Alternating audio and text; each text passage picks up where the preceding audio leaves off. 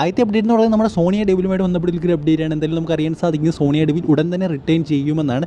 എന്തായാലും ഞാൻ വിചാരിച്ചിരുന്നത് സോണിയ ഡെവിൽ WWE നിന്നൊക്കെ പോയിട്ടുണ്ടാകുമെന്നാണ്. കാരണം റോസ്റ്റർ വലിയ റോസ്റ്ററാണ്. സോ അതുകൊണ്ട് തന്നെ ആരൊക്കെ ഉണ്ട് ഇല്ല എന്നുള്ള കാര്യം ഒന്നും പിടികിട്ടില്ല. കുറേയധികം റിലീസുകൾ നടന്നു.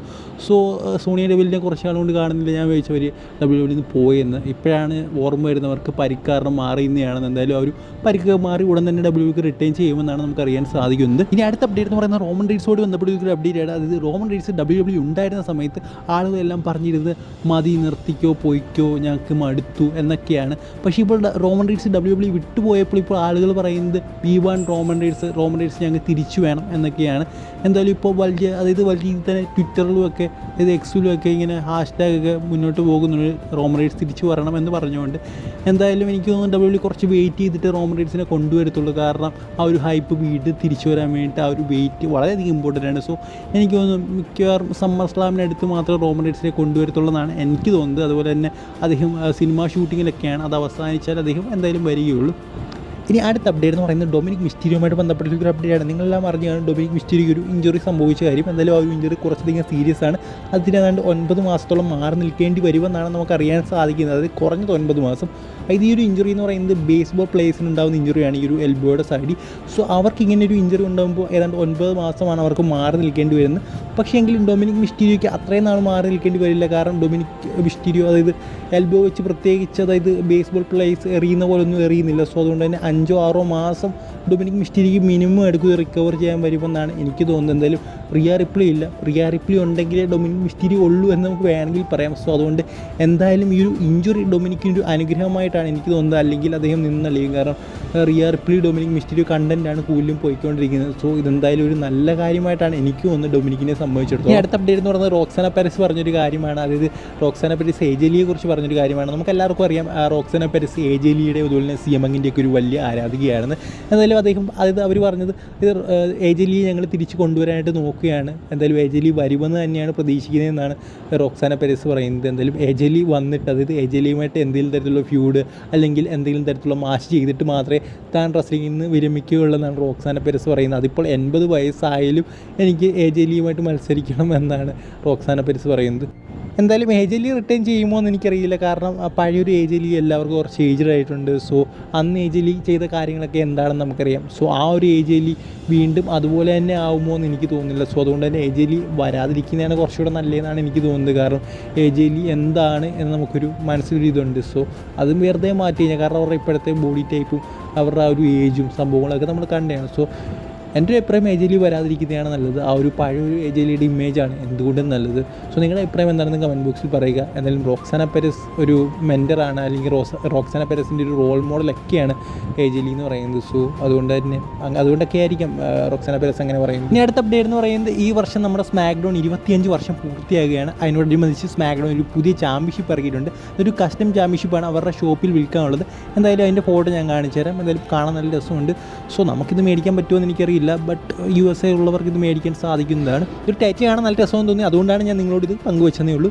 എടുത്ത് പറയേണ്ട ഒരു കാര്യം എന്ന് പറയുന്നത് WWE ഇപ്പോൾ പഴയ മോഡൽസ് ടൈറ്റിലൊക്കെയാണ് കൊണ്ടുവരുന്നത്. സോ അതൊക്കെ മാറ്റണം. നമ്മൾ പുതിയ ജനറേഷനാണ്, പുതിയത് ഇൻവെൻറ്റ് ചെയ്തുകൊണ്ടിരിക്കണം. അതാണ് എന്തുകൊണ്ടും നല്ലത്. വീണ്ടും പഴയതിലേക്ക് പോകുന്നതിന് എന്തെങ്കിലും കാര്യമുണ്ടെന്ന് എനിക്ക് തോന്നുന്നില്ല. ഈ ഒരു ടൈറ്റിലൊക്കെ നോക്കി കഴിഞ്ഞാൽ അതായത് ഞാനിപ്പോൾ സ്മാക്ക് ഡൗണിൻ്റെ 25 ആനിവേഴ്സറി ടൈറ്റിൽ കാണിച്ചല്ലോ. അത് സ്പിൻ ചെയ്യാൻ പറ്റിയൊക്കെ ടൈറ്റിലൊക്കെ, അതായത് പണ്ട് പോലത്തെ സ്പിന്നിങ് ടൈറ്റിലൊക്കെ ഉണ്ടായിരുന്നു. സോ അതൊക്കെ കൊണ്ടുവരുന്നെങ്കിൽ പിന്നെയും കുഴപ്പമില്ല. ഇത് പണ്ടത്തെ ഒരു വേസ്റ്റഡ് ടൈറ്റിലോ ഡിസൈനൊക്കെ പിന്നെയും കൊണ്ടുവരുന്നത്. സോ എനിക്ക് അതിനോട് താല്പര്യമില്ല. എനിക്ക് പുതിയതായിട്ട് എന്തെങ്കിലും ഇൻവെൻറ്റ് ചെയ്യണമെന്നാണ് എൻ്റെ ആഗ്രഹം. അതായത് ലൈറ്റ് കത്തുന്നൊക്കെ ടൈറ്റിലൊക്കെ വന്നിരുന്നെങ്കിൽ പ്രത്യേക രസമായിരിക്കും എന്നാണ് എനിക്ക് തോന്നുന്നത്. എൻ്റെ ഒരു അഭിപ്രായം എന്ന് പറയുന്നത് ഇങ്ങനെ world heavyweight champion, intercontinental champion, US champion, അങ്ങനെ ഡിജിറ്റലായിട്ട് എഴുതി കാണിക്കുന്ന പോലത്തെ ടൈറ്റിലുകളൊക്കെ വന്നു കഴിഞ്ഞാൽ വേറെ ലെവലായിരിക്കും. കാരണം നമ്മുടെ ടെക്നോളജി ആ ഒരു രീതിയിൽ മാറിക്കൊണ്ടിരിക്കുകയാണ്. സോ ആ ഒരു രീതിയിൽ WWE മാറണമെന്നാണ് എൻ്റെ ഒരു അഭിപ്രായം. ഞാൻ അടുത്ത അപ്ഡേറ്റ് എന്ന് പറയുന്നത് സ്മാക്ക് ഡൗണിലേക്ക് നമ്മുടെ CM Punk അഡ്വർടൈസർ ആയിരുന്നു. പക്ഷേ അദ്ദേഹത്തെ നമുക്ക് ഇന്നത്തെ സ്മാക്ക് ഡൗണിൽ കാണാൻ സാധിച്ചില്ല. പക്ഷേ അദ്ദേഹം ഇന്നത്തെ സ്മാക്ക് ഡൗണിൽ ഉണ്ടായിരുന്നു. അതായത് ഓഫ് എയറിലായിരുന്നു. അതായത് അവിടെ വന്നിരിക്കുന്ന ഓഡിയൻസിന് കാണാൻ സാധിക്കുമായിരുന്നു. പിന്നെ എന്തിനാണ് അവർ ഇങ്ങനെ അഡ്വർടൈസ് ചെയ്തതെന്ന് അറിയില്ല. അതായത് TV-യിലുള്ളവർക്കൂടാണ് അദ്ദേഹം അതായത് WWE അഡ്വർടൈസ് ചെയ്ത് CM Punk ഇന്ന് വരുമെന്ന് പറഞ്ഞുകൊണ്ട്. ബട്ട് അത് അങ്ങനെയാണെങ്കിൽ അത് അവിടുത്തെയുള്ള ഓഡിയൻസിനോട് മാത്രം പറഞ്ഞാൽ മതിയായിരുന്നു. അല്ലാതെ ഇങ്ങനെ അഡ്വർടൈസ് ചെയ്യേണ്ടായിരുന്നു എന്നാണ് എൻ്റെ അഭിപ്രായം. എന്തായാലും ആ ഒരു പിക്ചർ നിങ്ങൾക്ക് കാണാൻ സാധിക്കുമായിരിക്കും. ആ ഒരു പിക്ചറിൽ CM Punk കാണാം. അതുപോലെ അദ്ദേഹത്തിൻ്റെ ഇടയ്ക്ക് ചാറ്റ് കേബിൾ ഒന്ന് ഇൻറ്ററപ്റ്റ് ചെയ്തുകൊണ്ട് അത് കഴിഞ്ഞുള്ള കാര്യങ്ങളൊന്നും കറക്റ്റ് അറിയില്ല. ബട്ട് എന്തൊക്കെയോ അവിടെ ചാറ്റ് കേബിൾ CM Punk നടന്നിട്ടുണ്ട്. എന്തായാലും CM Punk ഇന്ന് വരാത്തതിനെ കുറിച്ച് നിങ്ങളുടെ അഭിപ്രായം എന്താണ് കമൻറ്റ് ബോക്സിൽ പറയുക. ഈ അടുത്ത അപ്ഡേറ്റ് എന്ന് പറയുന്നത് എല്ലാവരും ചോദിച്ചൊരു കാര്യമാണ്, ഇന്ന് എന്താണ് നമ്മുടെ റോമൻ റീഡ്സ് ഡ്രാഫ്റ്റിൽ ഇല്ല ചെയ്യുന്നത്. എന്തായാലും അതിനുള്ള ഉത്തരം നമുക്ക് പോൾ ഹേമൻ തന്നെ തന്നിരുന്നു.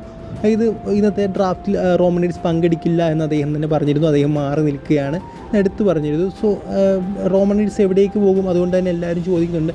എൻ്റെ ഒരു അഭിപ്രായം എന്ന് പറയുന്നത് ബ്ലഡ് ലൈൻ ഓട്ടോമാറ്റിക്കലി സ്മാക്ഡൗണിലേക്ക് തന്നെ ഡ്രാഫ്റ്റ് ആയി. സോ ബ്ലഡ് ലൈനുമായിട്ടുള്ള സ്റ്റോറി ആയിരിക്കും ഇനിയും തുടങ്ങാൻ പോകുന്നത് തന്നെ. അതായത് ടാമാറ്റോങ്ക അതുപോലെ തന്നെ സോളോസിക്കോ അത് തമ്മിലുള്ള സ്റ്റോറി ആയിരിക്കും ഇനിയും തുടങ്ങാൻ പോകുന്നത്. സോ ഓട്ടോമാറ്റിക്കലി റോമൻ റീഡ്സ് സ്മാക്ഡൗണിൽ തന്നെ പോകുമെന്നാണ് എനിക്ക് തോന്നുന്നത്. എന്തായാലും അദ്ദേഹം റോയിലേക്കൊന്നും പോകാൻ പോകുന്നില്ല. എന്തിനാണ് അദ്ദേഹം റോയിൽ പോകുന്നത് നിങ്ങൾ തന്നെ പറയുക. അവിടെ പ്രത്യേകിച്ചൊന്നുമില്ല, കാരണം ബ്ലഡ് ലൈൻ ആ ഒരു സംഭവങ്ങളൊക്കെ സ്മാക്ഡൗണിലാണ്. സോ ഇന്ന് ബ്ലഡ് ലൈൻ സ്മാക്ഡൗണിലേക്ക് ഡ്രാഫ്റ്റ് ആയപ്പോൾ ഏതാണ്ടൊക്കെ ഉറപ്പായി കഴിഞ്ഞ് റോമൻ റീഡ്സും ഡ്രാഫ്റ്റ് ആയിരുന്നു. സോ അത് നേരത്തെ തന്നെ ചെയ്യേണ്ട ഒരു സംഭവമാണ്. ഇത് ബ്ലഡ് ലൈൻ അതിൻ്റെ കൂടെ റോമൻ റീഡ്സ് സ്മാക്ഡൗണിൽ തന്നെ ഇന്ന് തന്നെ ഡ്രാഫ്റ്റ് ചെയ്യേണ്ട കാര്യമേ ഉള്ളായിരുന്നുള്ളൂ. ഇനി നമുക്കറിയാം റോമൻ റീഡ്സ് തിരിച്ചു വരുമ്പോഴും ഈ ഒരു സെയിം തമ്മിൽ അദ്ദേഹം സ്മാക്ഡൗണിലേക്കാണ് പോകാൻ പോകുന്നത് നമുക്ക് ഓട്ടോമാറ്റിക്കലി അറിയാം.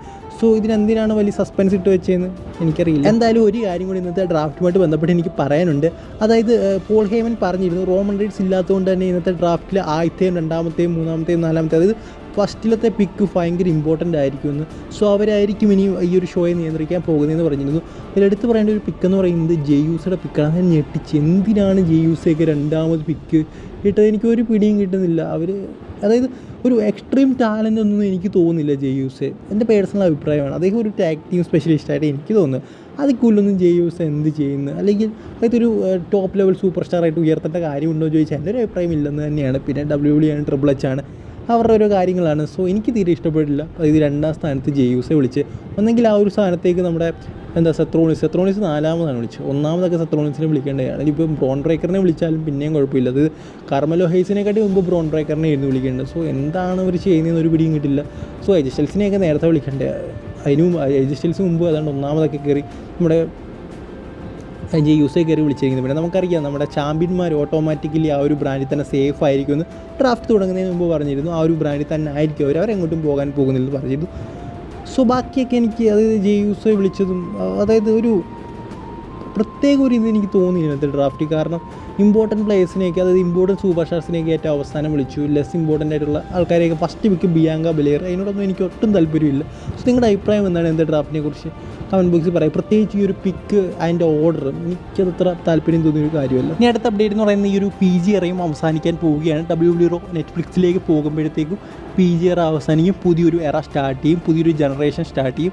എന്തായാലും ഇത് ട്രിപ്പിൾ എച്ച് തന്നെ പലവട്ടം പറഞ്ഞിട്ടുണ്ട്, പുതിയൊരു എറ സ്റ്റാർട്ട് ചെയ്യാൻ പോവുകയാണ്. ഈ ഒരു എറ അവസാനിക്കും. പിന്നെ റോക്ക് പറയുന്ന പല കാര്യങ്ങളിലൂടെ നമുക്ക് മനസ്സിലാക്കാൻ സാധിക്കും പുതിയൊരു എറ വരാൻ പോവുകയാണ്. സോ അങ്ങനെ PG എറ അവസാനിക്കുന്നു. എന്തായാലും PG എറയെക്കുറിച്ചുള്ള നിങ്ങളുടെ അഭിപ്രായം കമൻറ്റ് ബോക്സിൽ രേഖപ്പെടുത്തുക. അടുത്ത വീഡിയോയിൽ കാണുന്നവരെ ഗുഡ് ബൈ.